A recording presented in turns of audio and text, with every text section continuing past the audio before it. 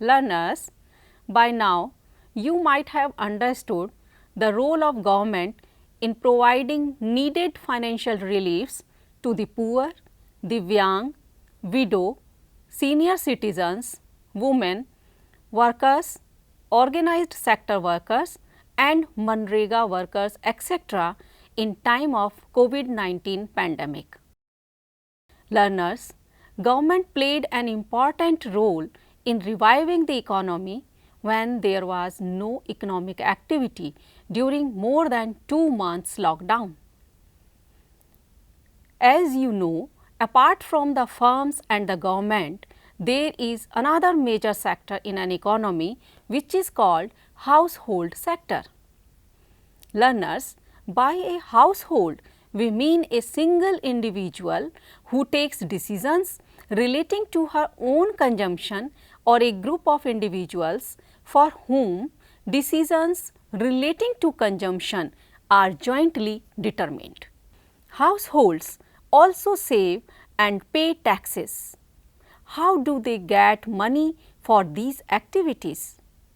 Learners, you know that the households consist of people.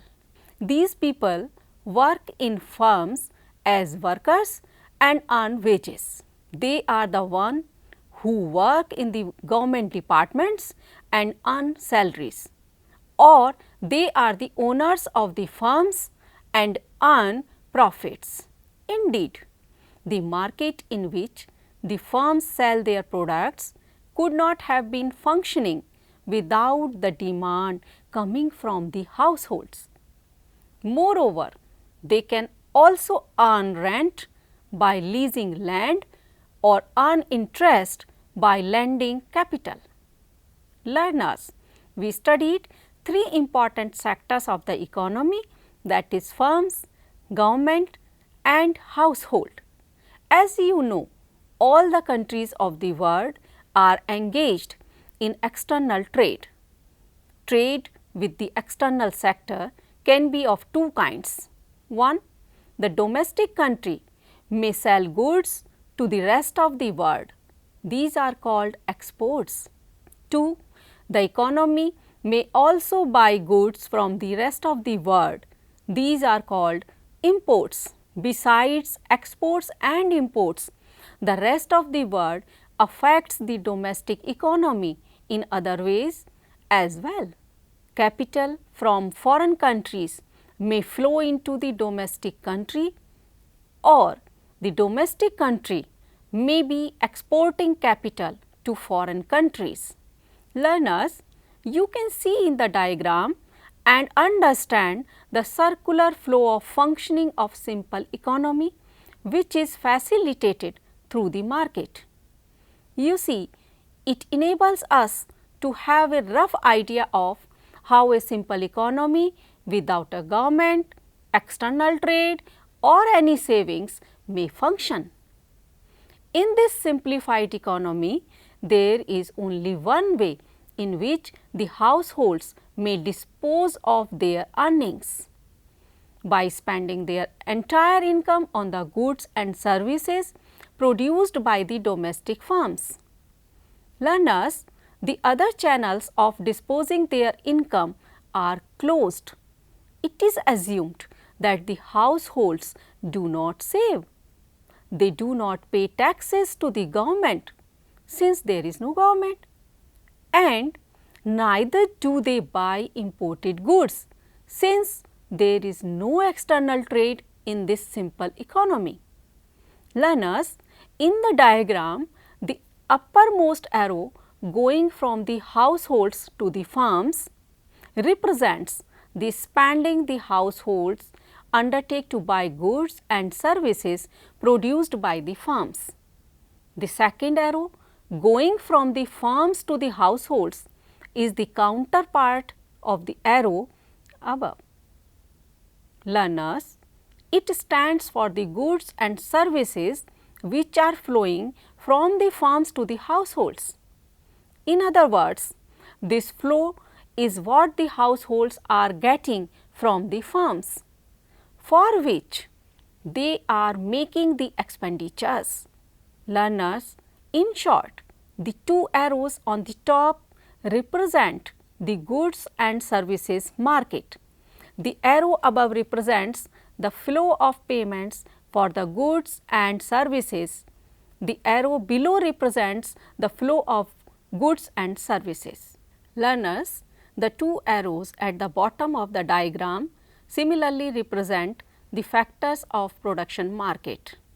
The lowermost arrow going from the households to the firms symbolizes the services that the households are rendering to the firms. Using these services, the firms are manufacturing the output. The arrow above going from the firms to the households represents the payments made by the firms to the households for the services provided by the latter. Learners, the households receive their payments from the firms for productive activities they perform for the latter.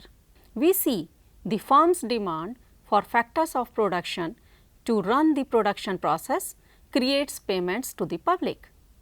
In turn, the public's demand for goods and services creates payments to the firms and enables the sale of products they produce. Learners, the process of production in an economy generates factor payments for those involved in production and generates goods and services as the outcome of the production process. Learners, the incomes so generated create the capacity to purchase the final consumption goods and thus enable their sale by the business enterprises, the basic object of their production. The capital goods which are also generated in the production process also enable their producers to earn income, wages, profits, etc. in a similar manner. The capital goods add to or maintain the capital stock of an economy and thus make production of other commodities possible. Learners, there may be four kinds of contributions that can be made during the production of goods and services. A. Contribution made by human labor, remuneration for which is called wage. B. Contribution made by capital, remuneration for which is called interest. C. Contribution made by entrepreneurship, remuneration of which is profit. D. Contribution made by fixed natural resources called land, remuneration for which is called rent. Learners, factors of production use their remunerations to buy the goods and services which they assisted in producing. The aggregate consumption by the households of the economy is equal to the aggregate expenditure on goods and services produced by the firms in the economy.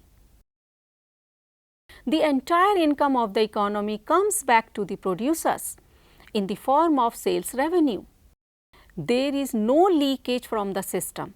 There is no difference between the amount that the firms had distributed in the form of factor payments, which is the sum total of remunerations earned by the four factors of production, and the aggregate consumption expenditure that they receive as sales revenue.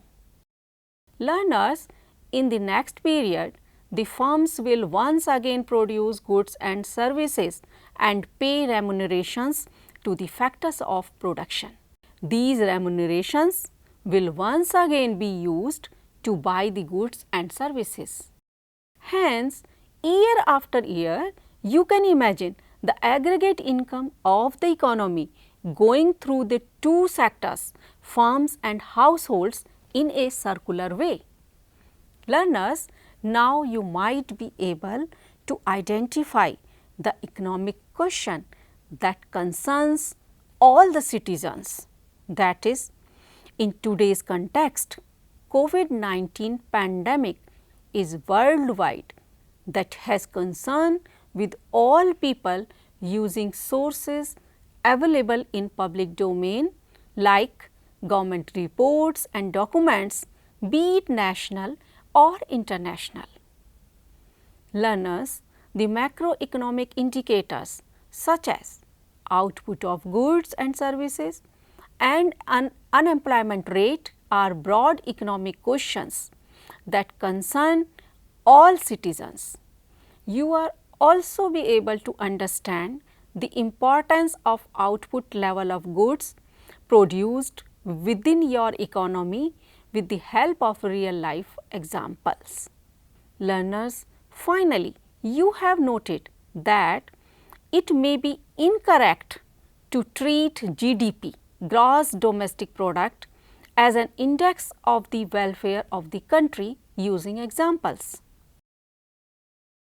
You might be able to differentiate between microeconomics and macroeconomics, describe the emergence of macroeconomics, discuss important features of a capitalist economy, and describe the 4 major sectors in an economy according to the macroeconomic point of view. Learners, you might have understood by now how macroeconomy works. The macroeconomy that we study in macroeconomics work in a circular way. The firms employ inputs supplied by households and produce goods and services to be sold to households. Households get the remuneration from the firms for the services rendered by them and by goods and services produced by the firms. Details about functioning of economy and estimation of national income you will learn in next lecture.